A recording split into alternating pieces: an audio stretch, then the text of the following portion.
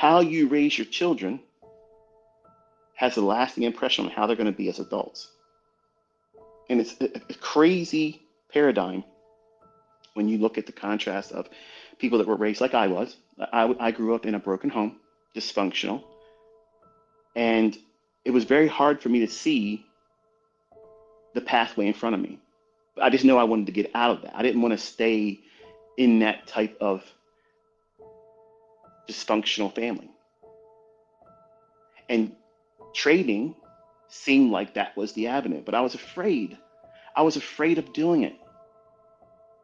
And I needed to be encouraged because I felt like, if I'm telling myself every day at that time that no one's going to believe I'm going to be able to do this, if I'm saying that, and you probably have done this yourself, think about it. Maybe that's where you're at right now. You're thinking, nobody believes in me. Nobody believes I'm going to do this or be successful. And you know what? When you say that to yourself, just like when I said it to myself, that's a true statement. You weren't expecting me to say that, were you? It's actually a true statement. Because if you're saying nobody believes I'm going to do it, you're stating emphatically that you don't believe it either. Because nobody includes you. Think about it. Your subconscious is speaking, and your subconscious is always the truth. That's the part that you guard all the time. That's the part, young men, when you try to meet that young lady and have special time with her. I'm not talking between the sheets. You're trying to impress her and woo her and think, wow, this guy's a really nice guy. I want to be with him. You put on your best clothes, your best cologne. You get your hair done up nice. You make the greatest impression. And you don't want to do anything rude. You don't want to be in any way off-putting to her. Well, you gotta guard all these things, these insecurities that you have. And when you speak those things like, nobody believes I'm going to do this, you need to stop that. Because I held on to that for a long time. I was living nighttime every single day. And you know what happens at nighttime. You dream, you have nightmares, and you have good dreams. And if you're like me, who studied it a lot when I was younger, you could have a lucid dream. A lucid dream is where you actually wake up in your dream and you realize that you're not awake in the physical, and you can do things in your dream that's neat. And one of my favorite things is flying. I'm afraid of heights, but in my dreams I can fly. And there's lots of really good books on lucid dreaming if you want to look at it. I'm not going to try to teach lucid dreaming because I'm not capable of doing it. It's not something you can say, here it is, here's an optimal trade entry, here's a fair value gap. It's not like that. But it's something I journaled for a long time. And all the things that I used to journal prior to that moment, when Shannon said what she said, and that evening, that day sowed it in the annals of the future that I was going to be who I am today. Now, one could say, well, you didn't have a good relationship, you broke up. Yeah, I made a bad choice. I got too emotional about something, insecurities, and we broke up amicably. Like it was not a hateful thing. So how could you say that was a good thing? Well, I believe God placed her in my life at that time to encourage me because I needed it. Much like many of you probably turn to me when I do these motivational elements. Where I try to ground you, shake you by your lapels and remind you that this is normal stuff, folks. I'm not exempt to it. I'm not ashamed to say I went through these types of things either.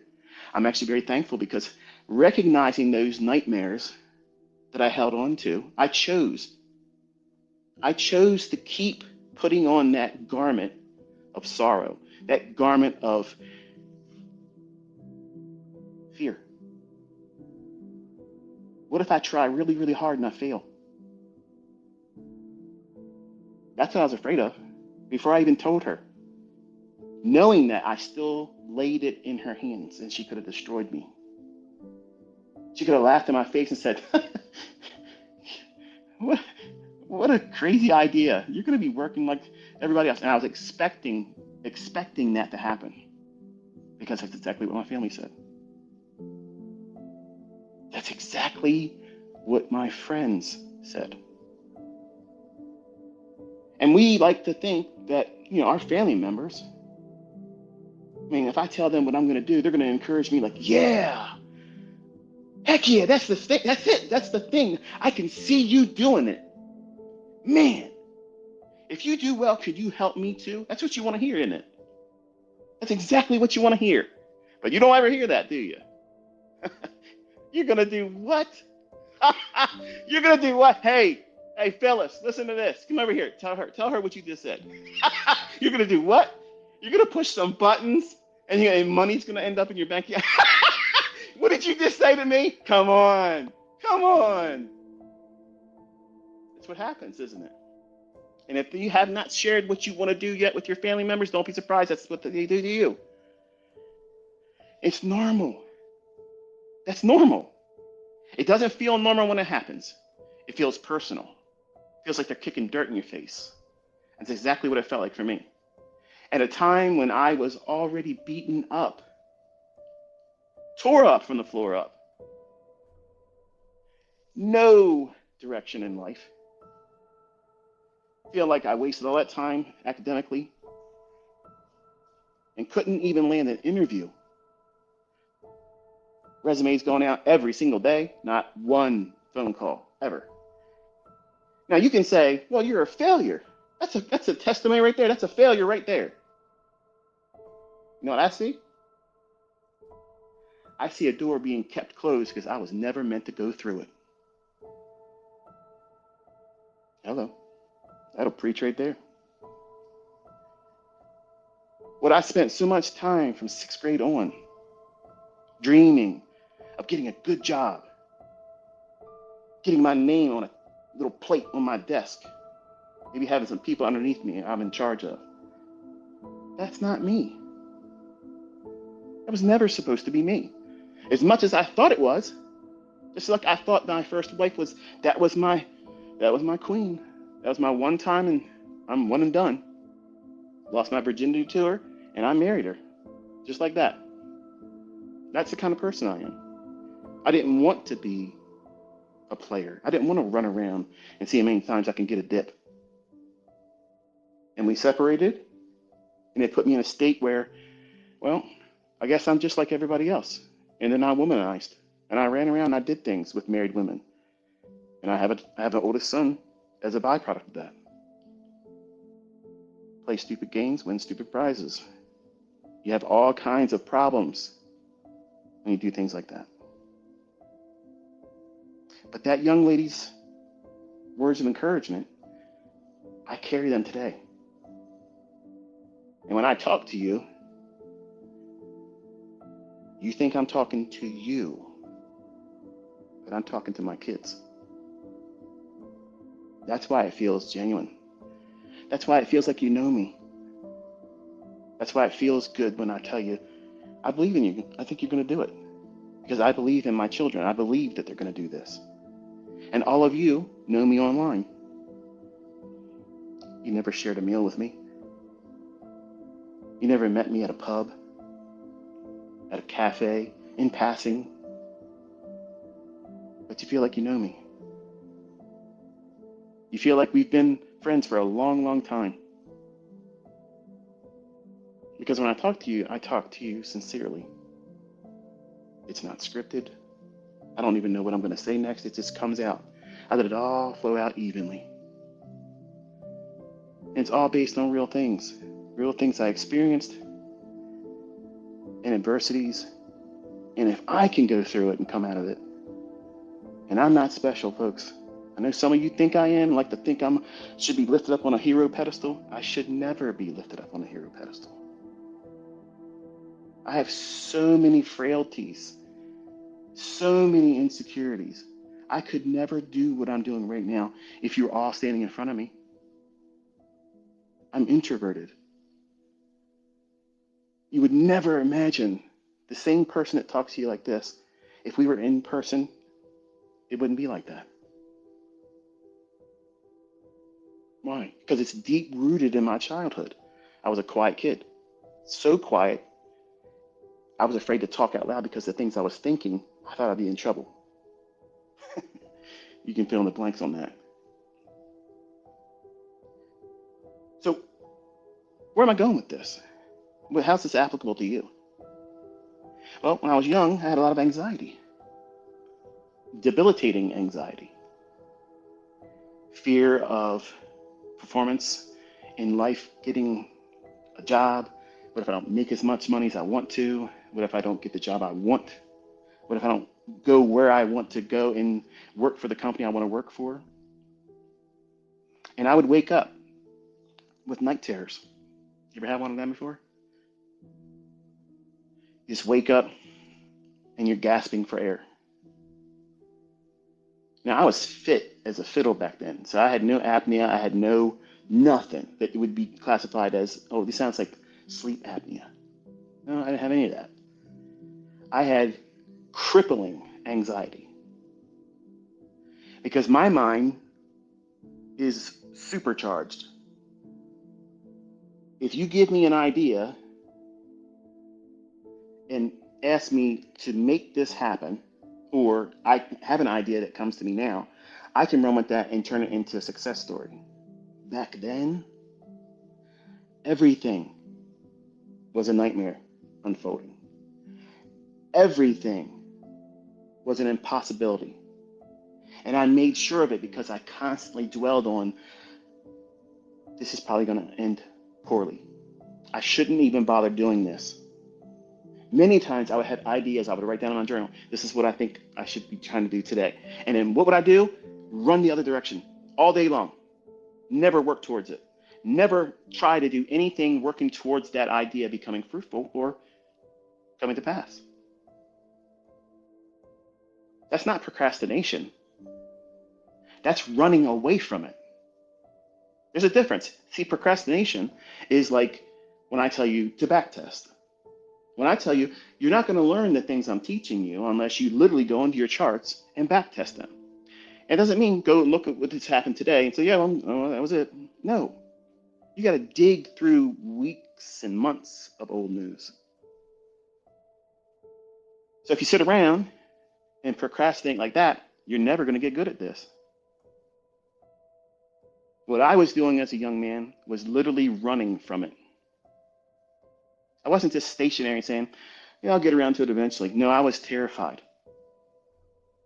because I couldn't handle another failure. I couldn't accept another defeat. I was at my lowest point, and I guarded that very next thing all the time, expecting to walk through a door and see something like a murder scene.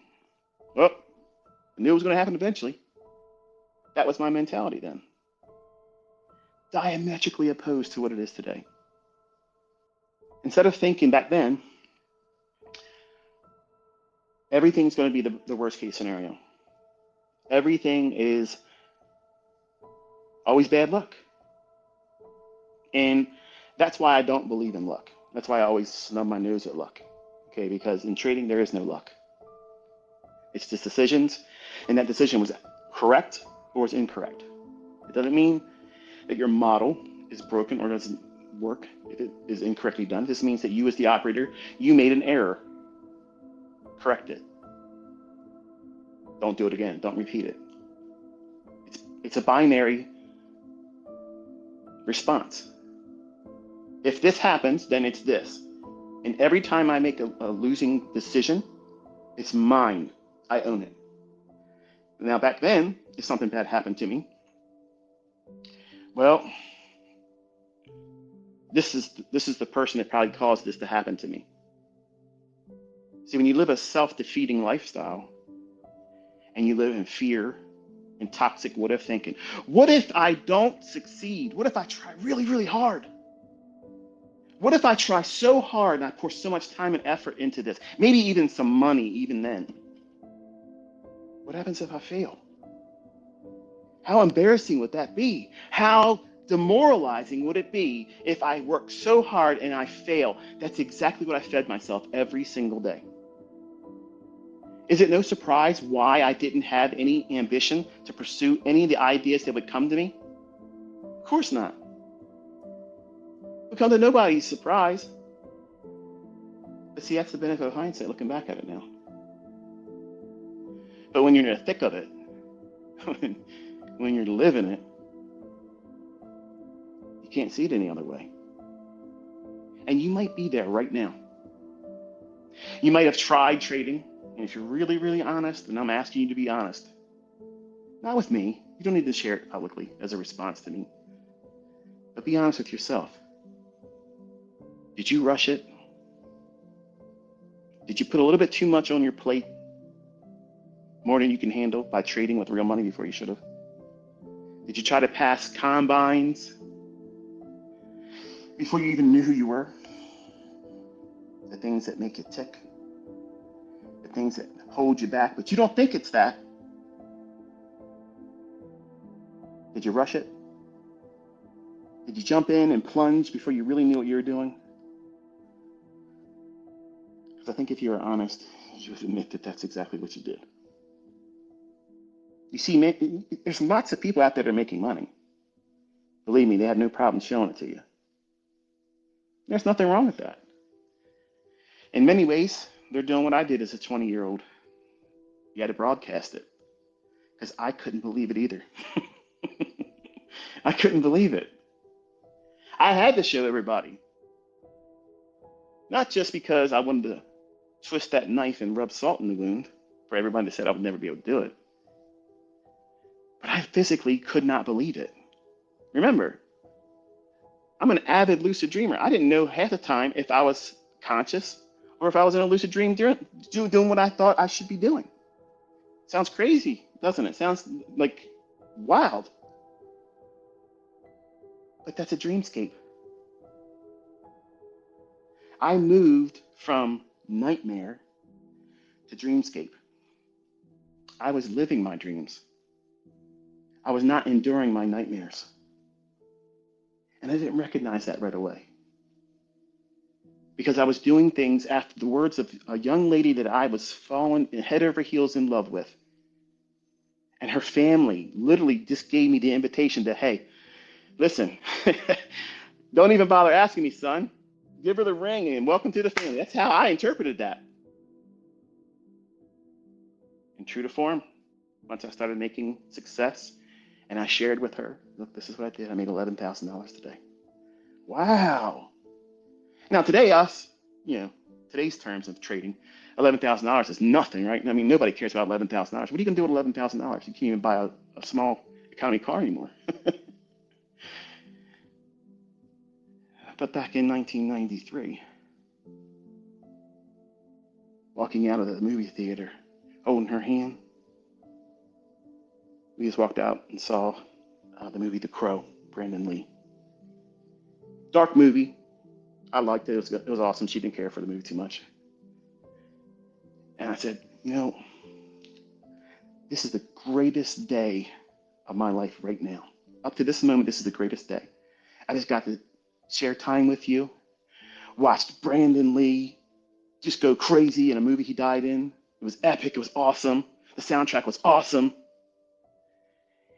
And I made $11,000. And she was like, what? No way. Are you crazy that you made that just today? I was like, well, it took 3 days to get to it, but I did. Yeah, here it is. I told you. Now here it is, gentlemen. This is exactly what we're listening for. When you're talking to your ladies, when you're talking to your girlfriends, your wife, your spouse, your significant other, ladies, listen, because this is what we're listening for. This is how you wrap us around your finger. You want a man to stick with you and not run around on you? You want a man that's going to say, you know what? I don't need to get a dip anywhere else. I got everything I need right here. Because listen, ladies, you might think you got something special between your legs. Everybody's got that same thing down there. And men, you got the same thing too. It's how you walk with it. It's what you do when you're not using it. And men, give me an amen if it ain't like this. This young lady literally confirmed what she said the first time. I believe you're going to do it. I believe you're going to do it. If there's any person out there that's going to do it, it's you. I haven't known you that long, but I can tell you are very passionate about this. She knew I was studying all the time. All the time. What is that? What's that radio you're holding? I said, it's not a radio, it's a contract. It tells me what the price of soybeans and corn and live cattle, high grade copper, all that stuff. It tells me what the prices are right now. And she's like, you know what that means? It's like, well, I'm learning. Yep, that same guy you hear now talks like he knows everything, right? I was vulnerable in her hands, and in her presence, I was vulnerable. And she said, I told you you would be able to do this. Man,